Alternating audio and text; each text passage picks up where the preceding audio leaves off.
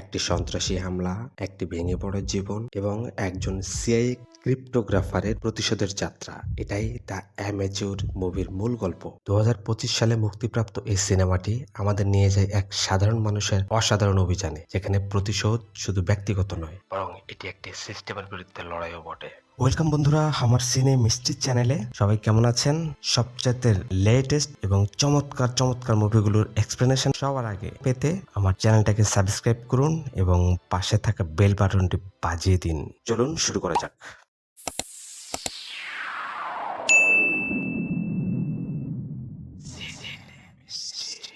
সিনেমার শুরুতেই দেখা যায় চার্লস একজন সিআইএ ক্রিপ্টোগ্রাফার এবং তার স্ত্রী সারাহকে দেখা যায় একটা ভাঙা বিমানের পাশে দাঁড়িয়ে আছে, যেটা মেরামত করার চেষ্টা করে যাচ্ছে। মানে সারাহ এর স্বপ্ন হচ্ছে এই বিমানটাকে আকাশে ওড়ানো। কিছুদিন পরেই সারাহ লন্ডনে একটা কনফারেন্সে যায় এবং সেখানে সন্ত্রাসী হামলায় সে নিহত হয়।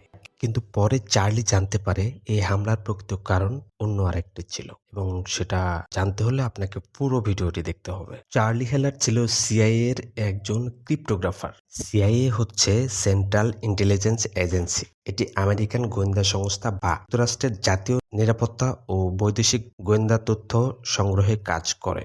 সিআইএ এর মুখ্য কাজ হচ্ছে বিশ্বব্যাপী গোয়েন্দা তথ্য সংগ্রহ, বিশ্লেষণ এবং গোপন অপারেশন পরিচালনা করা। ক্রিপ্টোগ্রাফার কি? ক্রিপ্টোগ্রাফার হলেন সেই ব্যক্তি যিনি সংকেতলিপি বা ক্রিপ্টোগ্রাফি নিয়ে কাজ করেন। তারা গোপন বার্তা তৈরি করেন, বিশ্লেষণ করেন এবং ডিকোড করার দক্ষতা রাখেন। সাধারণত ক্রিপ্টোগ্রাফাররা সাইবার নিরাপত্তা, এনক্রিপশন এবং তথ্য সুরক্ষা নিয়ে কাজ করেন, যাতে গুরুত্বপূর্ণ তথ্য ও অননুমোদিত প্রবেশ থেকে রক্ষা পায়। তো শুরুতে যে বিমানটি দেখানো হয়েছিল, যেটা পুরনো ক্যাসনা বিমান, তার স্ত্রী সারা ভালোবাসার নিদর্শন হিসেবে একটি পুরনো বিমান উদ্ধার করা হয়েছিল। ক্যাসনা হলো একটি জনপ্রিয় সাধারণ বিমান নির্মাতা ব্র্যান্ড, যা যুক্তরাষ্ট্রের একটি বিমান নির্মাতা প্রতিষ্ঠান টেক্সট্রন অ্যাভিয়েশনের মালিকানাধীন।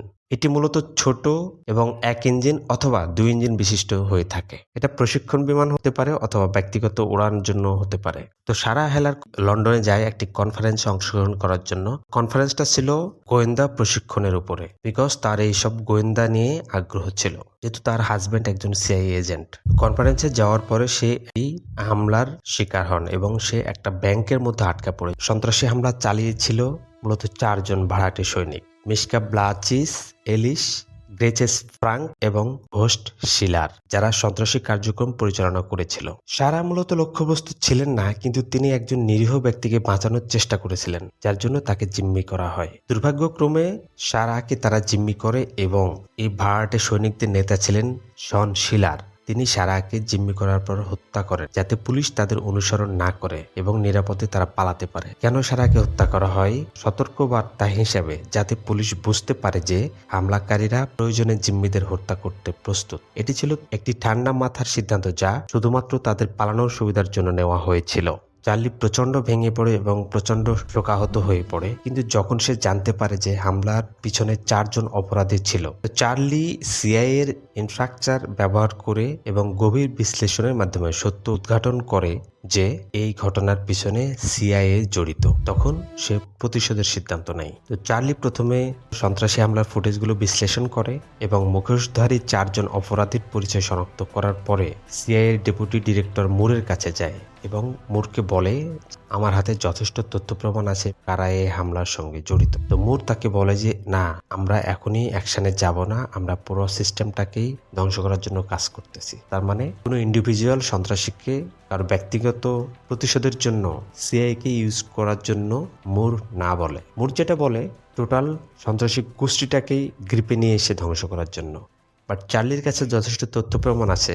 ডেপুটি ডিরেক্টর মুর তাকে যেভাবে বলতেছে, ব্যাপারটা আসলে সেরকম না। তো চার্লি মুরের কাছে গিয়ে বলে যে, তুমি বলেছিলে আমার স্ত্রীর মৃত্যু একটি দুর্ঘটনা, কিন্তু আমি জানি এটি ছিল তোমার সাজানো ষড়যন্ত্র। মুর বলে, তুমি যা ভাবছো তা সত্য নয়, তুমি শুধু প্রতিশোধ নিতে চাইছো।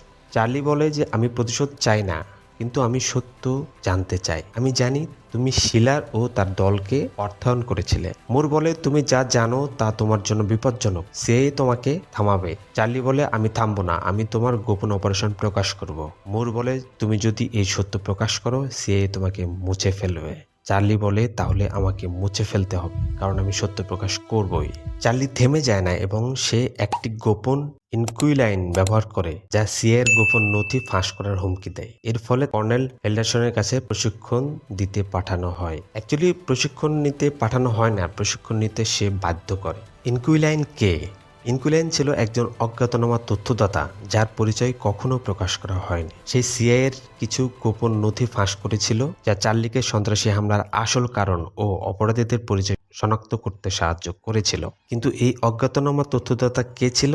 এই অজ্ঞাতনামা তথ্যদাতা ছিল প্রাক্তন সোভিয়েত যুগের গুপ্তচর বৃত্তির সাথে জড়িত কেজিবি এজেন্টের স্ত্রী। তার স্বামী একটি গোপন অপারেশনের সময় নিহত হন এবং তিনি তথ্যের বিনিময়ে এই প্রতিশোধ নিতে চান। তিনি চার্লিকে সাহায্য করতে চান, কারণ তার স্বামীও একটি সিআইএ ষড়যন্ত্রের শিকার হয়েছিল। তিনি গোপন নথি সরবরাহ করেন, যা সিআইএ এর অভ্যন্তরীণ ষড়যন্ত্র প্রকাশ করে। তার উদ্দেশ্য ছিল সত্য প্রকাশ করা এবং তার স্বামীর মৃত্যুর প্রতিশোধ নেয়া। চার্লি যখন তার স্ত্রীর হত্যাকারীদেরকে খুঁজতে শুরু করে, তখন এই তথ্যদাতা তাকে গোপন অনেকগুলো ফাইল সরবরাহ করে, যা তাকে প্রতিশোধের পথে এগিয়ে যেতে সাহায্য করে। তাকে পাঠানো হয় ফার্মে, যেখানে সে বিস্ফোরক তৈরিতে দক্ষ হয়ে ওঠে। ফার্মের লিডার ছিল কর্নেল অ্যান্ডারসন। সে বিস্ফোরক তৈরির সাথে সাথে গুপ্তচর বৃত্তি ও আত্মরক্ষার কৌশল শেখে। কর্নেল হোল্ডারসন তাকে বন্দুক চালানো শেখায়, শারীরিক যুদ্ধ শেখায় এবং নজরদারির বিশেষ কৌশল শেখায়। চার্লি বিস্ফোরক তৈরিতে অসাধারণ দক্ষতা দেখায়।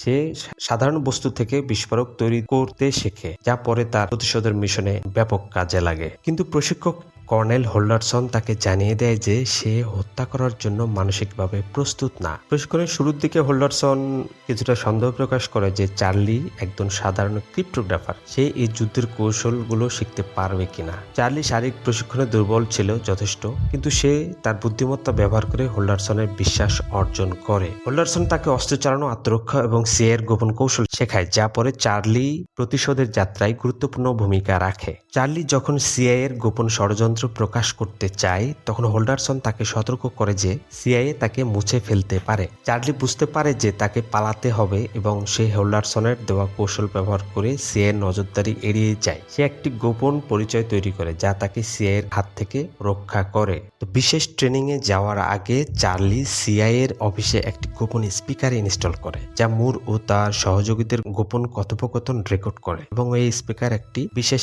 এনক্রিপশন প্রযুক্তি ব্যবহার করে, যা শুধু চার্লি ডিকোড করতে পারে। মুর ও তার সহযোগী নিজেদের ষড়যন্ত্র নিয়ে আলোচনা করার সময় চার্লি তাদের গোপন পরিকল্পনা সম্পর্কে জানতে পারে। একটা সময় তারা স্পিকারটি খুঁজে পায় এবং তারা বুঝতে পারে যে এটা চার্লির কাজ। তখন চার্লিকে মুর বলে যে তুমি যেটা করেছো এটা একটা অপরাধ, এই অপরাধের শাস্তি পেতে হবে। সিআইএ বুঝতে পারে যে চার্লি বিপজ্জনক হয়ে উঠছে এবং তাই তারা তাকে মুছে ফেলার পরিকল্পনা করে। চার্লি আগে অনুমান করেছিল যে এরকম কিছু একটা হতে পারে। তো চার্লি যেটা করে সেটা হচ্ছে সাডেনলি একটা বোমা বাস্ট করে এবং সেখানে থাকা সকল লোকজনের ইন্টেনশনটা ডাইভার্ট করে দেয় এবং আগে থেকে প্ল্যান করা একটা গোপন রাস্তা দিয়ে সে সেখান থেকে পলায়ন করে এবং প্রতিশোধের অভিযান শুরু করে দেয়। তবে যে প্রশিক্ষণ নিয়েছিল, এই প্রশিক্ষণ তাকে একজন সাধারণ ক্রিপ্টোগ্রাফার থেকে একজন দক্ষ প্রতিশোধ পরায়ণ যোদ্ধায় পরিণত করে। মিস্টার বিয়ার হচ্ছে সিআইএ এর ফিল্ড এজেন্ট। মিস্টার বিয়ার চার্লিকে বলে যে তুমি যেটা নিয়ে খেলছো সেটা একটা বিপজ্জনক খেলা, সিআইএ তোমাকে থামাবে এবং সিআইএ তোমাকে মুছে ফেলতে পারে। চার্লির কনফিডেন্স দেখে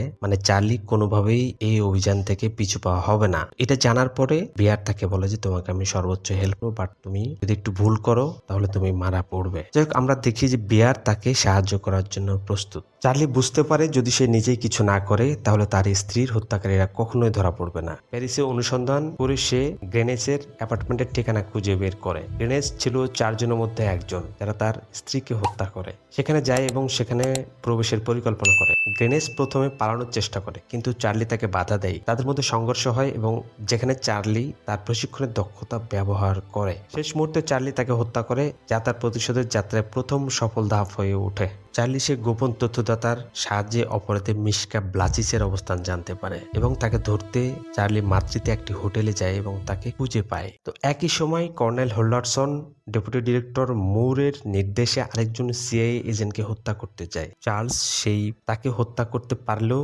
হোল্ডার মারাত্মকভাবে আহত হয়ে যায়। এরপর চার্লি হোটেলের টপে যায় এবং একটা কাচের সুইমিং পুলে সেখানে মিসকা ব্লাচিস দেখতে পায়। ব্লাচিস সাঁতার কাটছিল এবং চার্লি ব্লাচিসকে কিছু জিজ্ঞাসাবাদ করেন, কিন্তু সে সত্য প্রকাশ করতে অস্বীকার করে। চার্লি জানতে চায় কে তার স্ত্রী সারাহকে হত্যা করেছে, সিআইএর গোপন অপারেশনের আসল উদ্দেশ্য কি।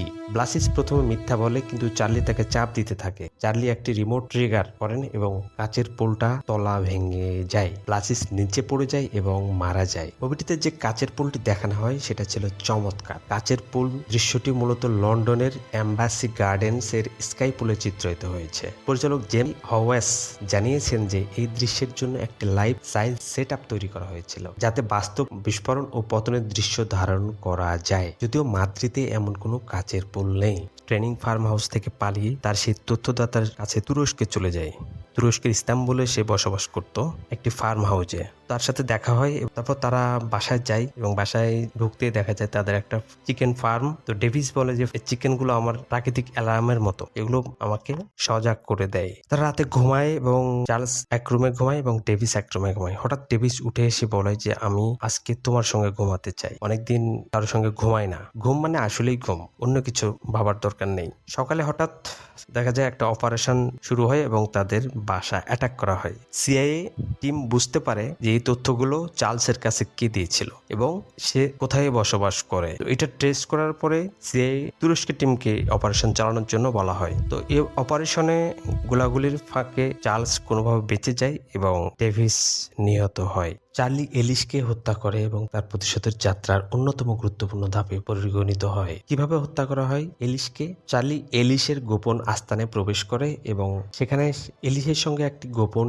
অস্ত্র বেচা কেনার চুক্তি হয়, যেখানে এলিশ তার কাছ থেকে একটা মিসাইল কিনবে। তো এলিশ মিসাইল কেনার স্থানে যায় এবং চার্লি তাকে বলে তুমি মিসাইলের ঢাকনাটা খুলে হার্ডওয়্যার চেক করে নাও। তো এলিশ হার্ডওয়্যার চেক করার জন্য ঢাকনাটা খুলে এবং দেখে যে ভিতরে একটা আইইডি বিস্ফোরক আছে। তো চার্লি তাকে বলে যে তুমি যদি এখন ঢাকনাটা ছেড়ে দাও তাহলে তো মরবে, তুমি যদি ওখান থেকে নড়াচড়া করো তাও তুমি মরবে, তো সত্যটা প্রকাশ করতে হবে। তো এলিশ তাকে বলে যে আমি যদি সত্য প্রকাশ করি তাহলে তুমি সিআইএ তোমাকে মুছে ফেলবে, আর আমি তোমার স্ত্রীর মাথায় গুলি করি নাই। বাট এর বেশি কিছু প্রকাশ করতে সে পারগতা প্রকাশ করে। বাধ্য হয়ে চার্লি তার আইইডি এক্সপ্লোর করে এবং এই বিস্ফোরণে সে মারা যায়। এদিকে সামান্থা ও ব্রেন যে ছিল সিআইএর চিফ, সে মুরকে বলে যে চার্লস কোথায়। তো মুর তাকে বলে যে চার্লস ছুটিতে আছে, তার যেহেতু ওয়াইফ মারা গেছে তাকে আমরা ছুটিতে রেখেছি। মানে চিফের কাছে সে তার তথ্য গোপন করার চেষ্টা করতেছে, বাট চিফ এটা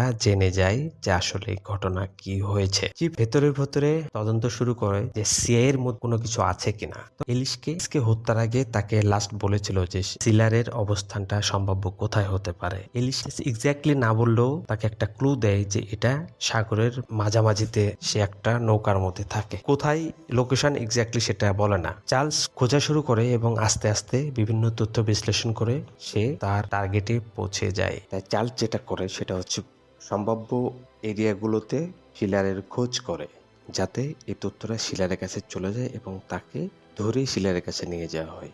তার আগে যেটা করে সেটা হচ্ছে নেভিগেশন সিস্টেমটা হ্যাক করে, যাতে জাহাজটি তার কন্ট্রোলে থাকে। তো মুভির সবচাইতে গুরুত্বপূর্ণ দৃশ্য এসে পড়ে, সেটা হচ্ছে চার্লি শিলারের মুখোমুখি হয়। তো চার্লি বলে যে তুমি কি জানো যে আমি এখানে কেন এসেছি? তো শিলার বলে যে তুমি সত্য জানতে চাও এবং সত্য তুমি কখনোই জানতে পারবে না। চার্লি বলে আমি জানি যে সিআইএ হয়ে কাজ করেছিলে, কিন্তু তুমি আমার স্ত্রীকে কেন হত্যা করলে? শিলার বলে তুমি যা ভাবছো তা সত্য নয়, তুমি শুধু প্রতিশোধ নিতে চাইছো। চার্লি বলে আমি প্রতিশোধ চাই না, আমি সত্য জানতে চাই। শিলা বলে তুমি যদি সত্য প্রকাশ করো সিআইএ তোমাকে মুছে ফেলবে, তাহলে আমাকে মুছে ফেলতে হবে, কারণ আমি সত্য প্রকাশ করবই। তো জাহাজে প্রবেশ করার আগে চার্লি যেটা করে সেটা হচ্ছে জাহাজের নেভিগেশন সিস্টেমটাকে হ্যাক করে। এটা জাহাজের গতিপথ পরিবর্তন করতে সাহায্য করে। সে জাহাজের কোর্স পরিবর্তন করে যাতে এটি ফিনল্যান্ডের জলসীমায় প্রবেশ করে। আন্তর্জাতিক কর্তৃপক্ষের নজরে আসে ব্যাপারটা এবং সেটা সীমানা চুক্তি লঙ্ঘনের সামিল। ইন্টারপোল ও ফিনল্যান্ড নেভি এর হস্তক্ষেপ চার্লি জাহাজের অবস্থান প্রকাশ করে, যার ফলে ইন্টারপোল ও